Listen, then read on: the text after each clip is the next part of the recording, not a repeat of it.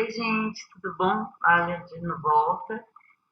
Hoje a gente vai dar início a mais um capítulo do nosso embasamento teórico, do nosso livro Teorias da Aprendizagem, nosso capítulo 5 já. Então, vamos lá, vou abrir os slides para acompanhar, para vocês entenderem aqui. Para quem está chegando agora, esse aqui é um curso de extensão. Esse é um curso de extensão. Eu sou a Cristina Reis, eu sou estudante da Uninter, Centro Universitário Internacional, e eu faço licenciatura em psicopedagogia. Esse é o meu estágio de psicopedagogia no ensino médio. Por que curso de extensão ser estágio? Porque em meio à pandemia a gente tem a oportunidade de estar fazendo um curso de extensão e estar levando informação para a comunidade. E nesse curso eu escolhi teorias da aprendizagem, vou falar um pouco também sobre jogos e brincadeiras na aprendizagem no final desse curso. E nós já estamos aí no embasamento teórico desse livro, que é Teorias da Aprendizagem, no encontro dos pensamentos filosófico, pedagógico e psicológico. Esse livro é da editora Intersaberes, de Maquiele Oliveira Gomes Nogueira e Daniela Leal. Nós já estamos no capítulo 5, então se você não está acompanhando esse texto, volta lá desde o início. E hoje nós vamos falar sobre Levi-Vygotsky, o aprendizado como um processo social, ok? O anterior a gente falou muito sobre Piaget. Então se você gosta de Piaget e quer ouvir um pouquinho sobre, volta no vídeo anterior aí, e você vai ter aí capítulo sobre Piaget, tá bom? Então vamos dar início hoje falando de Vygotsky. E aí já trago aqui um dizer de Vygotsky: o pensamento não se exprime na palavra, mas nela se realiza. Bom, né? Então nesse capítulo que a gente vai estudar, procuraremos compreender os postulados teóricos de Levi-Vygotsky,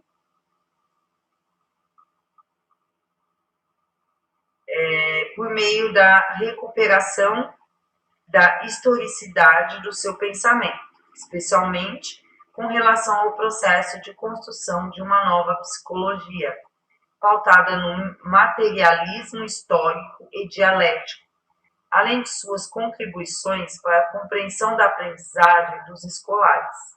Isso inclui alunos com algum tipo de dificuldade no processo de escolarização, transtornos de leitura ou escrita, déficit de atenção e outros, ou com alguma deficiência visual, deficiência intelectual, etc.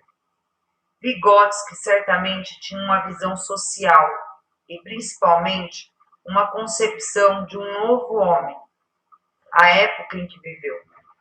Contudo, não podemos esquecer que tal visão só foi possível porque ela era parte constitutiva de toda a sua vida, ou seja, o homem da ciência é inseparável do seu momento histórico, da sua atividade.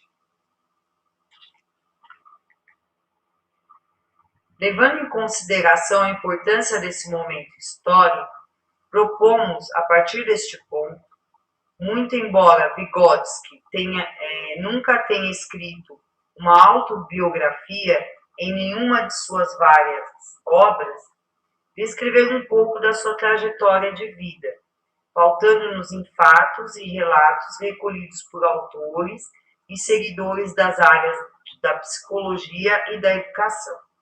Além disso, traremos posteriormente alguns dos conceitos por ele cunhados ou aprofundados, os quais têm como base o materialismo histórico e dialético, o que reforça ainda mais a importância do momento histórico em que esse teórico viveu. Bom, em primeiro lugar, vamos falar um pouquinho sobre Vygotsky. O nome dele é Levi Semenovich Vygotsky. Nasceu em 5 de novembro de 1896, em Orsha, uma pequena província nas proximidades de Minsk, na Bielorrússia. Sua educação primária foi conduzida por um preceptor particular e os últimos anos de sua educação secundária foram realizados em uma escola particular judaica. Em 1914, ingressou na Faculdade de Medicina de Moscou, por insistência de sua família, mas logo se transferiu para o curso de Direito. Em 1920, Vygotsky contraiu tuberculose, doença que o levou à morte em 1934, aos 37 anos. Em 1917, após sua formação em Direito, passou a se dedicar à licenciatura e aos estudos da psicologia. Tal prática o levou a se tornar um renomado psicólogo, bem como contribuiu para que retornasse à Faculdade de Medicina como estudante, onde co-dirigiu um seminário de artes, ocupou diversos cargos políticos e científicos e conduziu intervenção educacional prática com crianças deficientes físicas e mentais. Podemos afirmar que os problemas da sociedade russa, que contribuíram para a construção da teoria de Vygotsky, iniciaram-se com a Revolução de 1917, o período que se estendeu de fevereiro a outubro desse mesmo ano. Foi marcado pela organização da sociedade por meio de um governo provisório, que acabou por representar os interesses divergentes da burguesia, do proletariado e do campesinato.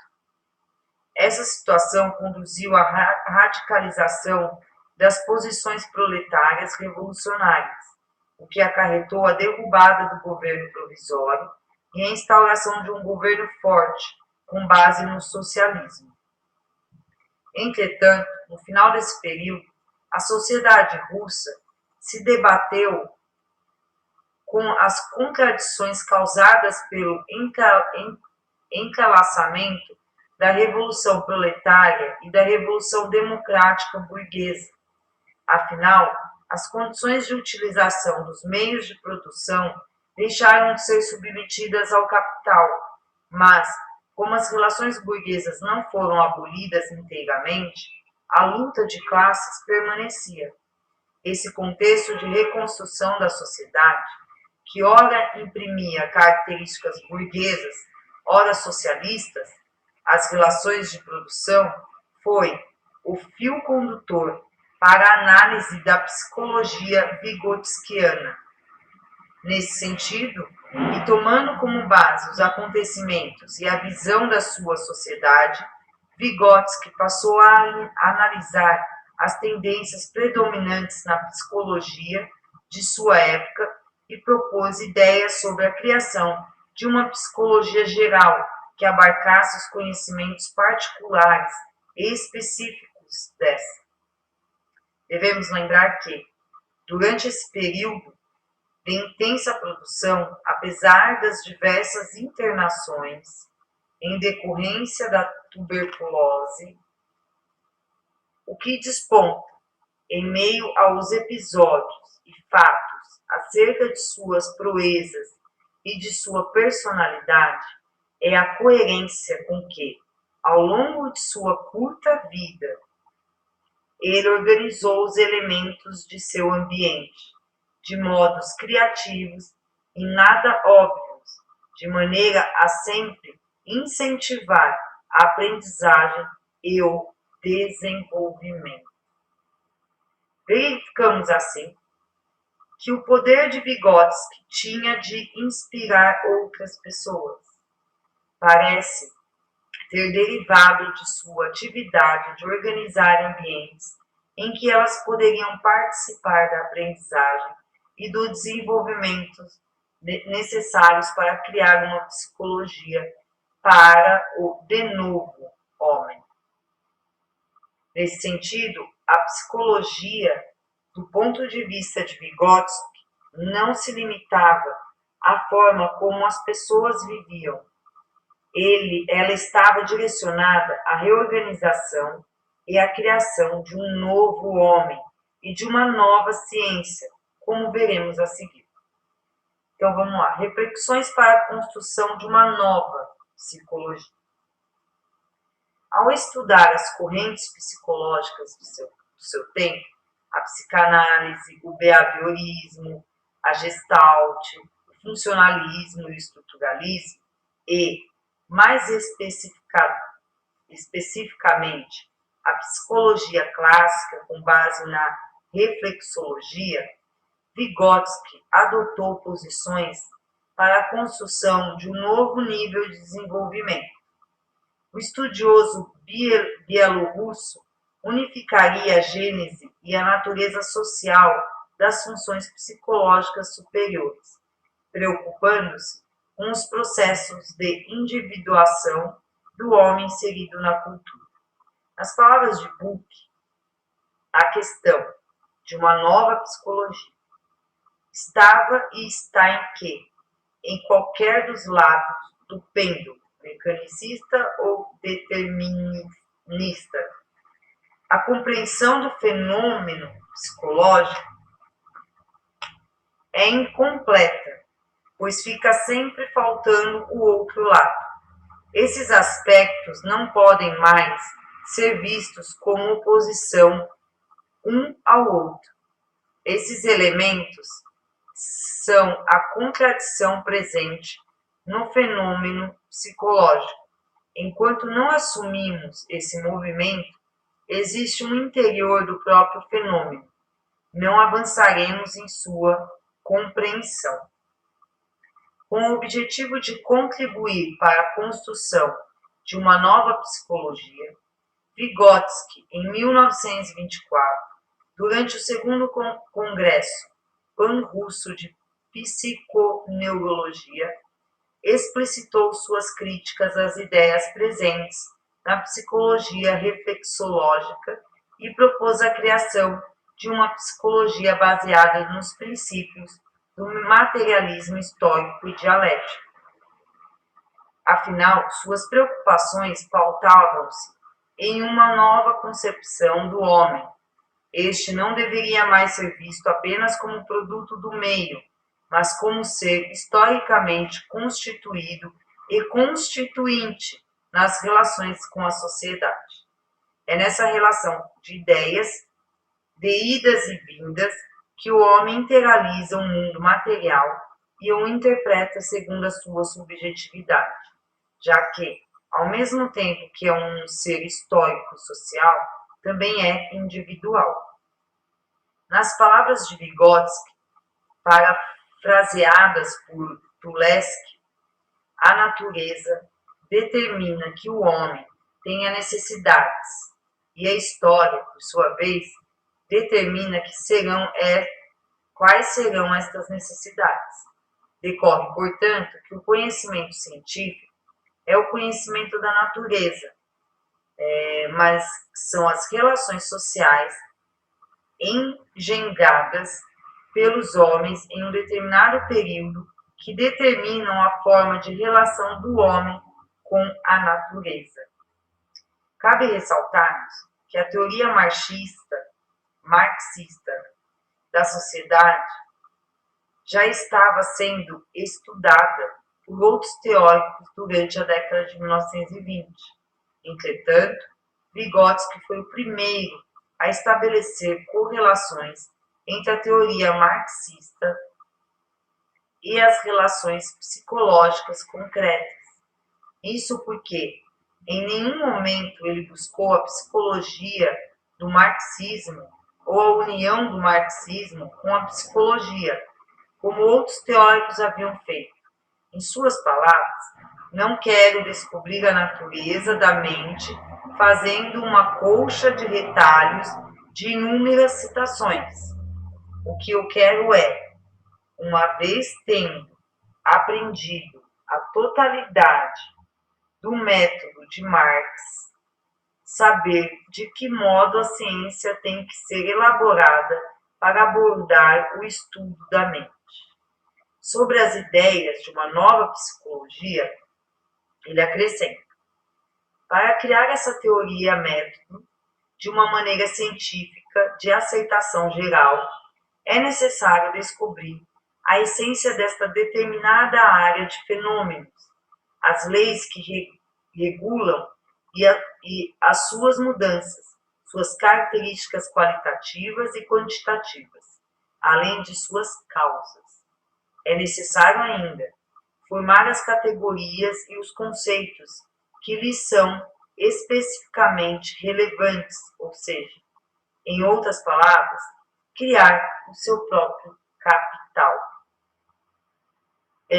Podemos afirmar, portanto, que Vygotsky, por meio da construção de uma nova psicologia pautada na historicidade do homem em sua totalidade, possibilitou a compreensão da constituição do sujeito e de sua subjetividade por meio de um processo capaz de ir em direção ao sujeito social. Fez isso de modo a observar os sistemas psicológicos que ocorrem no processo de individuação do homem inserido social e historicamente em uma cultura. Apesar de o autor não mencionar em suas obras as palavras subjetividade e sujeito. Nesse sentido, encontramos uma das maiores, se não a maior, contribuição da teoria método criada por Vygotsky, o pensamento e a linguagem como o primeiro plano da relação das diversas funções psicológicas. Afinal, ao retirar o sujeito e a subjetividade do dualismo e colocar essas categorias no centro da reflexão, elas passaram a ser vistas não mais como conceitos idealistas e materialistas, mas como conceitos construídos e constituintes na e pela relação social, que ocorrem na e pela linguagem. A partir de 1932, durante o governo de Stalin, as teorias de Vygotsky sofreram severas críticas e foram consideradas idealistas, o que acabou resultando na proibição de suas publicações por um período de 20 anos, de 1936 até 1956. Somente em 1956 suas obras foram redescobertas, em virtude da reedição soviética do livro Pensamento e Linguagem. No Brasil, apenas a partir de 1984, suas ideias foram disseminadas, discutidas e valorizadas. Apesar de não termos acesso à totalidade de suas produções, Vygotsky é considerado um dos psicólogos mais importantes do século XX. Portanto, na sequência, nos direcionaremos a descrever alguns dos conceitos desenvolvidos por esse pensador ao longo de sua produção, mais especificamente aos relacionados à aprendizagem. Esse é muito longo, não tinha visto ainda. Não sei se vai dar para fazer num vídeo só. Vamos lá, vamos indo. Pensamento e linguagem. Uma ideologia, uma teoria que contribui para a compreensão de sentidos e significados. Para compreendermos como ocorre a construção do pensamento e da linguagem de forma proposta por Vygotsky, é necessário, antes de tudo, resgatarmos o que o autor entende como a teoria, a categoria atividade, para, posteriormente, embrenharmos na seara do pensamento e da linguagem.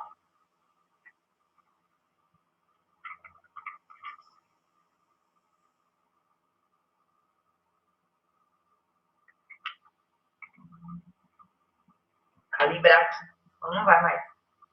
Nesse sentido, não podemos esquecer, primeiramente, que é por meio da atividade que o homem constitui as suas relações humanas e transforma o mundo.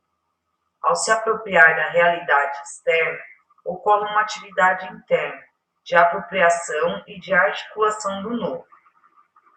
O que marca essa atividade interna é a superação, a confrontação, a contradição e a ambiguidade entre o novo e o velho.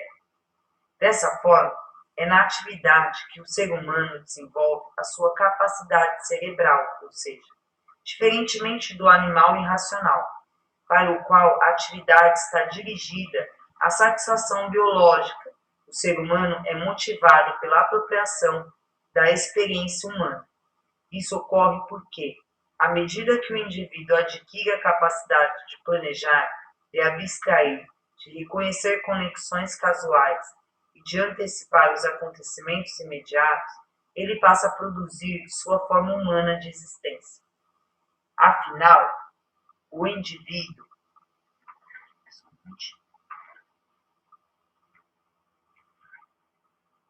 constituído na e pela atividade, ao produzir sua forma humana de existência, revela em todas as suas expressões a historicidade social, a ideologia, as relações sociais, o modo de produção.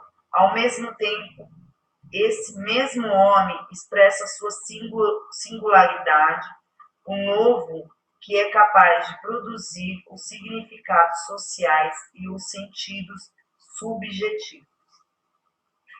Para tanto, o indivíduo, ao humanizar-se na atividade, nunca obterá uma relação direta e imediata, mas a relação mediada pela cultura, pois a subjetividade do ser humano é constituída nas e pelas relações com a atividade, as quais irão mediar o conhecimento.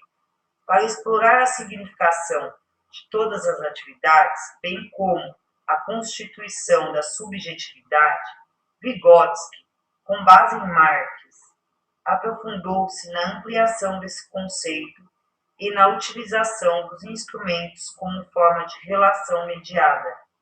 Por exemplo, não podemos falar com o outro por transmissão de pensamento. Para isso, utilizamos um instrumento tipicamente psicológico, o signo. Segundo Vygotsky, os signos são instrumentos psicológicos por excelência e se referem a tudo o que está situado fora do indivíduo, sendo que, por meio de atividades internas e externas, atingirem diretamente o outro. Consequentemente, o ser humano somente planeja porque dispõe do pensamento. E para a expressão do pensamento, ele necessita do signo para representá-lo. O tema do pensamento e da linguagem situa-se entre aquelas questões de psicologia em que aparece em primeiro plano a relação entre as diversas funções psicológicas, entre as diferentes modalidades de atividade da consciência. No entanto, o ponto central de todo esse problema é, evidentemente, a relação entre o pensamento e a palavra. Podemos afirmar, então, que é necessário um método que revele o que o sujeito pensa, o que representa e o que compreende das suas relações com o mundo. Assim, diante da fala do sujeito, acreditamos encontrar essa representação ou compreensão do pensamento. Afinal, precisamos levar o sujeito a exteriorizar o pensamento, sendo que somente na palavra falada é que será possível captar um momento de verdade, ou seja, buscar a gênese social do indivíduo para compreender o que constitui social, emocional e pessoalmente. Entretanto, apesar de o pensamento e a linguagem terem raízes genéticas diferentes, Vygotsky alerta-nos para que eles não sejam compreendidos como dois processos independentes, nem que fluem ou atuam paralelamente. Todavia, após o encontro de ambos, por um processo histórico da humanidade, eles nunca mais se separaram, ou seja, um contém o outro. Embora um não seja o outro, não perdem as propriedades inerentes à totalidade e são suscetíveis de explicação, mas contêm em sua forma primária e simples aquelas propriedades do todo em função das quais se empreende a análise.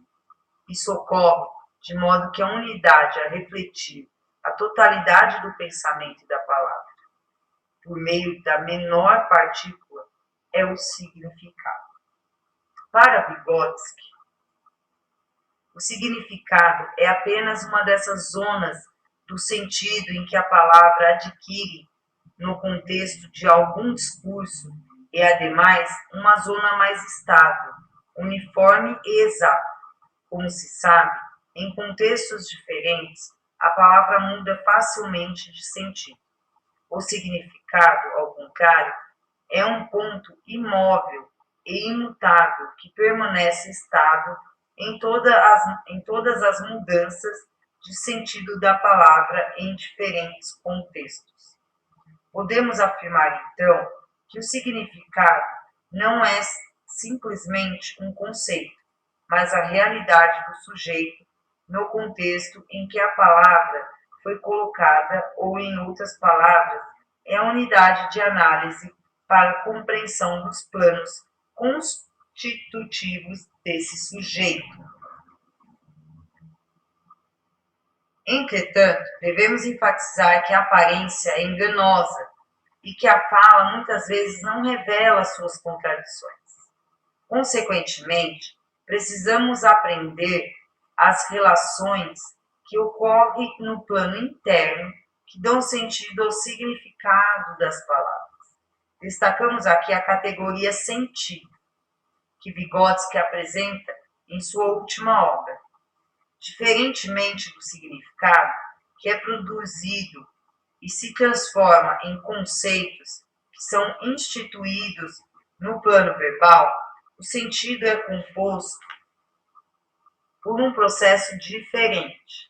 Abrange a subjetividade e sua unidade essencial é a emoção. Conforme descreve Way, 2005, o pensamento somente é processo psicológico porque é permeado por sentimentos, isto é, são as emoções que definem a disponibilidade dos recursos subjetivos para o desenvolvimento de uma atividade. Assim como o pensamento e a linguagem, o significado e o sentido não podem ser compreendidos separadamente. Ambos devem se apresentar dentro da unidade contraditória do simbólico e do emocional, ou seja, cognição e emoção estão sempre juntas, pois, quando se realiza uma significação, a emoção está sempre presente. Para Vygotsky, o sentido da palavra é inesgotável. A palavra só adquire sentido no contexto do parágrafo, o parágrafo no contexto do livro, o livro no contexto de toda a obra de um autor. Então, podemos concordar com Way quando afirma que as crianças humanas são produções de sentido que expressam de forma singular os complexos processos da realidade nos quais o homem está envolvido, mas sem constituir um reflexo destes. Em outras palavras, esses processos são uma criação humana, os quais, integrando os diferentes aspectos do mundo em que o sujeito vive, aparecem em cada sujeito ou espaço social concreto de forma única, organizados em seu caráter subjetivo pela história de seus protagonistas. Isso ocorre de modo que, ao pensarmos no sentido nas relações que constroem social e historicamente, podemos compreender que o sentido real de cada palavra é determinado, no fim das contas, por toda a riqueza dos momentos existentes na consciência e relacionados àquilo que está expresso por uma determinada palavra. Recorrendo mais uma vez a Vygotsky, podemos concluir que a sua tentativa de elucidar a relação interior entre o pensamento e a linguagem contribui para a compreensão das zonas de sentido. Estas, por sua vez, ao representarem as zonas mais instáveis, fluídas e profundas do pensamento humano, aproximam-se da subjetividade e das expressões humanas. Ao interpretar e analisar o sujeito, devemos compreender aquilo que o singulariza, processo de constituição, e o que se expressa na palavra com significado. Isso porque, durante o seu desenvolvimento, o sentido objetivo torna-se relativamente independente dos processos simbólicos e das emoções originais que o definiram e desdobraram de inúmeras formas irreconhecíveis, tanto para o sujeito quanto para as outras pessoas. Acreditamos que os estudos de Vygotsky sobre o pensamento e a linguagem constituem uma importante contribuição para a análise dos sentidos e dos significados presentes nas falas dos sujeitos, assim como uma introdução às questões relativas à subjetividade dos indivíduos. Entretanto, sem a intenção de termos esgotado esses temas, passaremos a outras questões analisadas pelo próprio Vygotsky sobre o desenvolvimento da aprendizagem. Bom, como aqui a gente está colocando algo que eu acho que é mais complexo, pensamento, é um texto um pouco mais difícil, eu vou encerrar esse capítulo aqui e vamos fazer então um vídeo com uma continuação do capítulo 5, a gente vai voltar sobre, falando de Vygotsky e o aprendizado dos escolares. Porque se você precisar repassar isso que a gente leu agora no começo do capítulo 5, fica mais fácil, não fica um vídeo muito longo para vocês repassarem, porque acho o assunto um pouquinho mais complicado, tá bom? Então eu vou finalizar aqui, a gente volta com a continuação do capítulo 5 no próximo vídeo. E peço para você participar. Ayla, como participa? É só curtir o vídeo, é só pôr um comentário no vídeo e deixar o seu e-mail para você estar recebendo aí o certificado e constar na minha lista de presença. E hoje eu agradeço mais uma vez, meu muito obrigada para vocês e até breve com a continuação do capítulo 5 do nosso curso de extensão, tá bom? Beijo, tchau!